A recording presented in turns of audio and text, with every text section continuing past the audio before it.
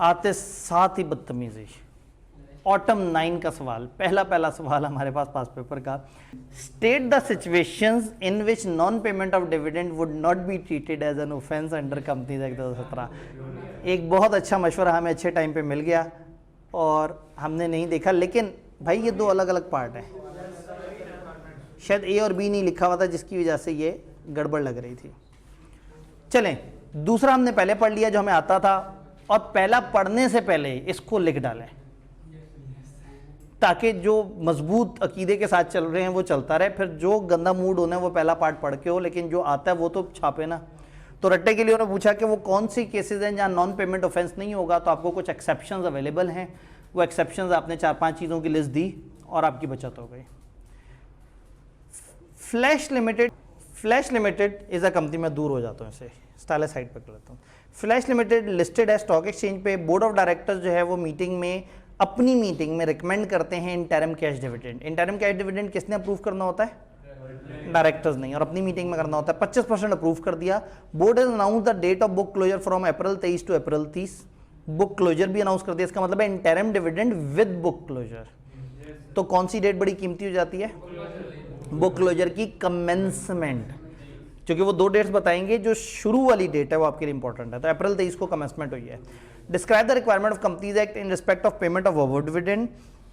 हम कहेंगे इस डेट से 10 दिनों के अंदर अंदर आपकी पेमेंट हो जानी चाहिए। किताब के अंदर एक एरर था 15 और 10 का, 10 दिन के अंदर पेमेंट होनी, ठीक है, वो एक एक्स्ट्रा है। इस वक्त तो सवाल सीधा सा है कि बताएं आपने पेमेंट ऑफ डिविडेंड कब करनी है इस गिवन सिनेरियो में। तो हम कहेंगे कि इंटरिम डिविडेंड जब डायरेक्टर्स ने अप्रूव किया और साथ बुक क्लोजर की एक डेट भी बता दी, तो कमेंसमेंट ऑफ बुक क्लोजर जी ये 10 है। फाइनल इंटरिम दोनों में 10 है। आपके पास एक जगह 15 लिखा हुआ है, ये दोनों जगह 10 है। नीचे नोट में 15 है, वो 15 ही है, लेकिन जो पेमेंट वाली जगह है ना वहाँ पे फाइनल और इंटरिम दोनों में 10 लिखना है। वो एक एरर था, मैंने लेक्चर के बीच में भी एक दफ़ा बताया था, तो वो आप देख लें, दोनों जगह 10 जी। अब उन्होंने कहा है कि आप पेमेंट के बारे में बताएं, तो आप कहें कि कमेंसमेंट ऑफ बुक क्लोजर से 10 वर्किंग डेज के अंदर अंदर आपको कर लेना है। नंबर 6 है और कुछ और बातें भी हैं। Also describe the consequences of non payment of dividend with in specified time. तो कॉन्सिक्वेंसेज में भी चीफ एग्जीक्यूटिव की लंबी चौड़ी बातें हैं। तो आप चाहें तो ये कहते हैं कि अप्रैल 23 से हम 10 वर्किंग डेज में बताएंगे, और अच्छी बात है कि आप कैलकुलेशन भी कर दें, लेकिन पेपर में चूंकि आपके पास कैलेंडर मौजूद नहीं है तो हमें ये 10 वर्किंग डेज उस तरह से समझ नहीं आ सकेंगे, एक चांस है। तो इसलिए हम कहते हैं कि हम 10 वर्किंग डेज में कर देंगे, और एहतियातन लिख देंगे वर्किंग डे उसे कहते हैं जिसपे बैंक खुला होता है। तो वो जी हाँ इंटरिम है, 10 वर्किंग डेज दोनों जगह। एक्सप्लेन वेदर और not following statements are in accordance with provision of companies act. जो स्टेटमेंट दी हुई है बताएं वो सही है या नहीं कंपनीज एक्ट के मुताबिक। Support your answer with reason, आपने तौजीहात भी पेश करनी है।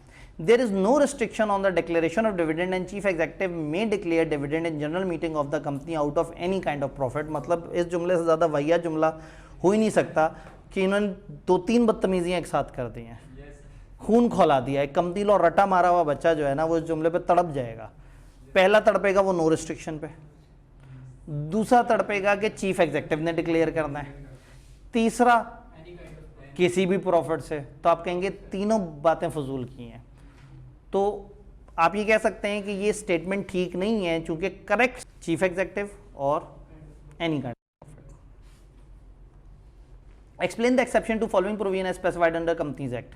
इसकी एक्सेप्शन बतानी है। Whereas dividend declared by companies not paid within the period specified Companies Act, the chief executive of the company will be punishable with imprisonment for the term which may extend to 2 years and with fine which may extend to 5 million rupees। इस जुमले में आपने बताना है, वो exception आपने बतानी है, तो आप बता देंगे। 20 Feb 2013 को director FDA limited listed company ने डिक्लेयर किया interim dividend. June 30 2013 subsequently company has been awarded a major business contract for which company needs fund immediately. Company के डायरेक्टर्स ने इंटरिम डिविडेंड अनाउंस किया और साथ ही एक बड़ा प्रोजेक्ट आ गया, उनको पैसों की जरूरत पड़ गई। Consequently management wishes to defer payment of interim dividend. फिर उन्होंने सोचा कोई बात नहीं, अनाउंसमेंट कर दी, डेफर कर देते हैं। इन view of provision of companies act explain, क्या FDA डेफर कर सकती है पेमेंट? नहीं, डेफर नहीं कर सकते। वंस अनाउंस तो आपको 10 वर्किंग डेज में देना होगा। कॉन्सिक्वेंसेज ऑफ फेलियर टू पे the dividend on time, chief executive के साथ वो सारे मामला होंगे। Situation under which delay in payment of dividend shall not be considered unlawful. तो तकरीबन बस पहले वाले में हल्की सी लॉजिक और 10 नंबर रट्टे वाला सवाल। Director of Sigma Limited wish to recommend a final dividend under the provision of Companies Act 2017. Advise the directors about the restriction if any with regard to declaration of dividend. तो declaration of dividend के ऊपर जो restrictions है आपने बता देनी है। क्या restrictions है? कुछ खास प्रॉफिट से डिविडेंड नहीं दिया जा सकता, फिर एसेट्स बेच के नहीं दिया जा सकता, वो 2-3 रिस्ट्रिक्शन है। हमें प्रॉफिट होगा तो डिविडेंड देंगे, रियलाइज प्रॉफिट से डिविडेंड देंगे सिवाय इसके बिजनेस और वो से हो। तो वो सारे ही पूछ लिया 5 नंबर के लिए। 31 जुलाई 2015 को director club engineering limited, a listed company, declare interim dividend of 5 रुपये पर share. However, before making payment of the dividend, company suffered huge losses due to a massive fire in the factory. CFO has informed the board of director about CEL inability to pay dividend in time. Dividend announce कर दिया था इन्होंने, कर दिया था। उसके बाद इनको लॉसेज हो गए। अब जो मर्जी हो, आपने आवाम का माइंड बना दिए। याद है वो जो बंदा डेटर्स के मोहल्ले पहुंच जाता था, क्रेडिटर्स के, जिसका डिविडेंड जिसको मिल गया है, पता लग गया है कि मुझे मिलने वाला है, वो तो चौड़ा इन्वेस्टमेंट ही कर रहा होता है, उसके बाद फिर रुल जाता है जब डिविडेंड ना आए। तो अंडर प्रोविजन बताएं when an interim dividend is deemed declared by CEL, किस दिन समझा जाएगा कि डिविडेंड डिक्लेयर हुआ है? जिस दिन मीटिंग हुई उस दिन। जब तक हमें बुक क्लोजर नहीं होता सवाल, हम हमेशा अज्यूम क्या करते हैं, date of director meeting is equal to date of declaration. तो हम कहेंगे जो डेट ऑफ डिक्लेरेशन है डायरेक्टर्स का, वो 31 जुलाई को इन्होंने किया, तो ये हमारा डेट ऑफ डिक्लेरेशन है। Consequences of non payment of dividend with in stipulated time, इस दफा 3 के लिए पूछ लिया, पिछले सवाल में 5 नंबर के लिए पूछा था, ये बता दिया। और बताएं कहाँ पे आप जो है वो एक्सेप्शन ले सकते हैं। अगर बुक क्लोजर भी होता तो बुक क्लोजर की commencement is equal to date of declaration. वही बात है, गिनती की 3 बहसें इस चैप्टर में। एक बहस है कहाँ कहाँ से डिविडेंड दे सकते हैं, कहाँ से नहीं दे सकते। दूसरा ये है कि डेट ऑफ डिक्लेरेशन कौन सी तारीख को कहेंगे, इंटरिम और फाइनल में। ना दिया तो क्या होगा, और उससे बचने में कोई एक्सेप्शन है तो वो। Director of GL, a listed company, have recommended dividend equal to 40% of Falana undistributed profit. However, in AGM, the shareholders demanded that 60% of the undistributed profit should be distributed as dividend. Directors ने recommend किया 40% dividend. Members को अच्छा नहीं लगा, उन्होंने कहा नहीं 40 नहीं 60% कर दें। Under the provision of Companies Act, explain the following: whether the shareholder are justified. हम कहेंगे नहीं, उन्होंने बहुत ही फजूल बात। शेयर होल्डर्स 40% को कम करना चाहते तो वो कर सकते थे, बढ़ाने का इख्तियार लॉ ने उन्हें नहीं दिया। Number 2, whether the director recommendation is appropriate if 70% of undistributed profit comprise of unrealized gain on investment property. क्या डायरेक्टर सही कर रहे हैं अगर उसमें से 70% आप कहें नहीं, अनरियलाइज से तो वैसे ही नहीं दे सकते। Consequence if director failed to pay the dividend within stipulated time, 2 number के लिए। इससे पिछले सवाल में 3 नंबर था, उससे पिछले सवाल में 5 नंबर था। तो कभी भी ना नंबर्स पे बिलीव नहीं करना, अपनी कॉन्फिडेंस पे बिलीव रखना है। आपको जो आता है आपने लिख देना है। Under provision of companies briefly describe the following: the restriction if any with regard to declaration. Restrictions पूछ ली सीधी सी, टाइप 1 सवाल है, आपने छाप छुप दिया। 8 सितंबर 2018 को डायरेक्टर अशांति limited, a listed company, declare interim dividend of 5 रुपये पर शेयर और अनाउंस कर दिया बुक क्लोजर भी।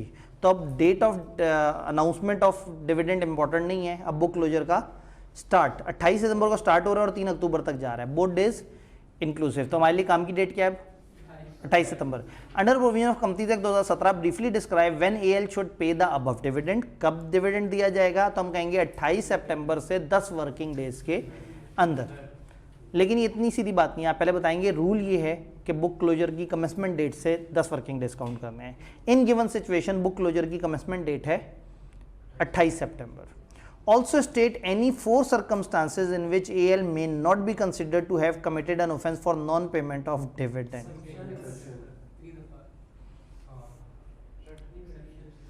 अब पीछे उन्होंने कहा कि बताएं क्या टाइमलाइन होगी, टाइमलाइन प्लस एक्सेप्शन इस दफ़ा नंबर दे दिए 7, तो वो मर्जी है, वो जैसे मर्जी उसकी डिवीजन, 5 उसके दे दिए होंगे, 2 इसके दे दिए होंगे, लेकिन अगेन ये सोच के किसी भी पार्ट को कम ज़्यादा नहीं करना, हमें जितना पता है हमने सारा लिख देना है।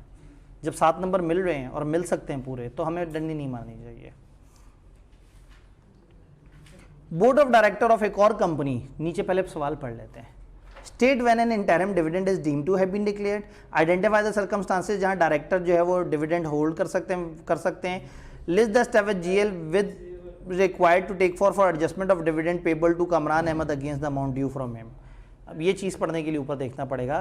कंपनी का बोर्ड ऑफ डायरेक्टर है, लिस्टेड कंपनी, अपनी मीटिंग 25 फरवरी में उन्होंने 30% इंटरिम डिविडेंड अप्रूव कर दिया। बुक क्लोजर वगैरह है साथ? बुक क्लोजर नहीं है। जब बुक क्लोजर नहीं है तो हम कहेंगे इंटरिम डिविडेंड 25 फरवरी को डिक्लेयर हो चुका हुआ है। अच्छा, while approving dividend payment board has authorized to adjust dividend payable to one of the shareholder Kamran Ahmad against the amount due from him, उससे पैसे आने थे, इन्होंने वो पैसा वो रोक लिया। तो कौन से सर्कमस्टांसेस हैं जहां डायरेक्टर पैसे रोक सकते हैं? अगर रिसीवेबल है तो वहां पे रोक सकते हैं। इस बंदे से चूंकि रिसीवेबल था तो यहां रोका जा सकता है। स्टेप्स क्या परफॉर्म करेंगे? After very very much time एक आउट ऑफ सिलेबस हमारे पास पार्ट आया है, हमारी किताब में नहीं लिखा हुआ। इसके ऊपर एक रेगुलेशन है लंबी चौड़ी सी, जिसकी 2 लाइनें हमारे सिलेबस में है। वो रेगुलेशन ये कहती हैं कि जब आपने किसी के पैसे रोकने हैं तो उस बंदे को पहले नोटिस देना है, उसको बताना है रीजंस। अगर वो पैसे आपको अलग से दे दे तो बहुत अच्छी बात है, अगर वो ना दे तो देन आप हक बजाने पे होंगे। यानी कि आपने सरप्राइज नहीं देना अचानक से उसे, उसको इन्फॉर्म करके, उसको बता के और फिर आपने रोकना है, और फिर SECP को भी आपने बताना है कि जी हमने क्यों ऐसा किया। तो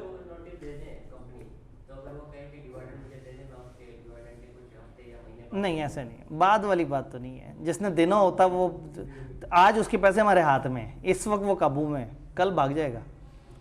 तो ये वाला पार्ट आउट ऑफ सिलेबस था कि बताएं कंपनी क्या करेगी। तो बच्चों ने यहाँ कॉमन सेंस से जवाब देना था, और कॉमन सेंस ये है कि अगर एक बंदे से पैसे एडजस्ट करके डिविडेंड देना है तो कंपनी क्या करेगी? कंपनी डिविडेंड माइनस करेगी, जो बच जाएगा वो उसे ट्रांसफ़र कर देगी और SECP को बता देगी। ये वो जवाब है जो आप सिलेबस में रह के दे सकते हैं, बट इसका असल जवाब सिलेबस में से नहीं था। हाँ, डिविडेंड विदहेल्ड तो कर सकते हैं, लेकिन स्टेप्स क्या हैं? स्टेप्स ये हैं कि कामरान को बताना पड़ेगा आपको, उसको बगैर बताए नहीं कर सकते। हम वही लिख सकते हैं जो किताब में। मैंने सिर्फ आपको ये बताया है कि ये वाला सवाल पार्ट देख के अगर आप कभी परेशान हो कि किताब में इसका एग्जैक्ट जवाब नहीं है, तो वाकई किताब में इसका एग्जैक्ट जवाब नहीं है, हमें धक्के से इधर उधर से लाइन पकड़ के फिट करनी पड़ेगी। अब ये देखिए, इतने सारे सवाल करने के बाद जाके हमें एक ऐसा सवाल नजर आया है जो कि एक्सप्रेसली आउट ऑफ सिलेबस है, वरना आप देखें आपको जवाब सवाल हमेशा सिलेबस के अंदर से मिल रहा होता है।